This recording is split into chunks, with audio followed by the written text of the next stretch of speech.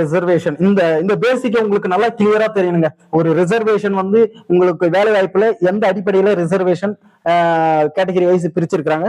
இப்ப அதை நீங்க கிளியரா புரிஞ்சுக்கணும். இப்ப ஜஸ்ட் நான் உங்களுக்கு ஒரு டீடைலுக்காக சொல்றேங்க. இப்ப 100 வேகன்சி எடுக்கிறாங்க. இது வந்து உங்களுக்கு எக்ஸாம்பிளுக்காக நான் சொல்றேன். இப்ப 100 பேர் வந்து கால்ஃபர் பண்ணிருக்காங்க.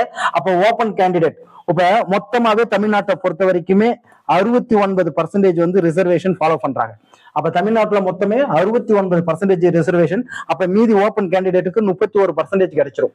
இப்ப பிசியா இருக்கிறவங்களுக்கு 26.5%. இப்ப நான் வந்து நோட்டிபிகேஷன் வந்து ஒரு 100 பேர் கால்ஃபர் பண்ணிருக்காங்கன்னு வச்சுங்க. அப்ப 26.5%னா அப்ப இந்த 100 பேர்ல 26 பேர் வந்து யாரா இருப்பாங்கன்னா பிசியா எடுக்கணும், பிசி எடுக்கணும். 26 பேர் வந்து யார் எடுக்கணும், பிசிஏ எடுக்கணும். இது வந்து பிசி 26 பேர் வந்து பிசி எடுக்கணும். அதுக்கு அடுத்தது பிசி முஸ்லீம் கொடுத்துருக்காங்க.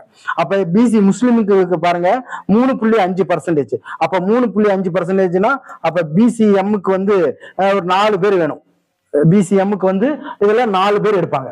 அதுக்கு அடுத்தது பாருங்க எம்பிசி. இப்ப எம்பிசிக்கு வந்து எத்தனை பேர் இருப்பாங்க அப்படின்னு பாத்தீங்கன்னா 20% உங்களுக்கு ரிசர்வேஷன் இருக்கு. எம்பிசிக்கு வந்து 20% ரிசர்வேஷன் இருக்கு. அப்ப எம்பிசிக்கு எத்தனை பேர் எடுப்பாங்க அப்படின்னு பாத்தீங்கன்னா இப்ப எம்பிசிக்கு வந்து 20 பேர் எடுப்பாங்க. அப்ப 100 பேர்ல 20 பேர் எம்பிசி. அதுக்கு அடுத்தது எஸ்சி ஷெட்யூல் காஸ்ட். இப்ப எஸ்சிக்கு எவ்வளவு பர்சன்டேஜ் பாத்தீங்கன்னா 15%. இப்ப 15% வந்து யாருன்னா எஸ்சியா எடுப்பாங்க. அப்ப எஸ்சி வந்து 15% பேர் எடுப்பாங்க. இப்ப எஸ்சி அருந்ததியர் அவங்களுக்கு வந்து 3%. எஸ்சி அருந்ததி அது எஸ்சிஏ அப்படின்னு சொல்லுவாங்க. இப்ப எஸ்சிஏ வந்து எத்தனை பேர் எடுப்பாங்க அப்படின்னு பாத்தீங்கன்னா 3 பேர் எடுப்பாங்க. இப்ப எஸ்டி பழங்குடியினர் இருக்கிறாங்களா, அப்ப அவங்க வந்து 1%. அப்ப 1 பேர் ஒருத்தவங்க எடுப்பாங்க. அப்ப கூட்டி கழிச்சு பாருங்க. ஓப்பனுக்கு வந்து 31 பேர் எடுக்க போறாங்க.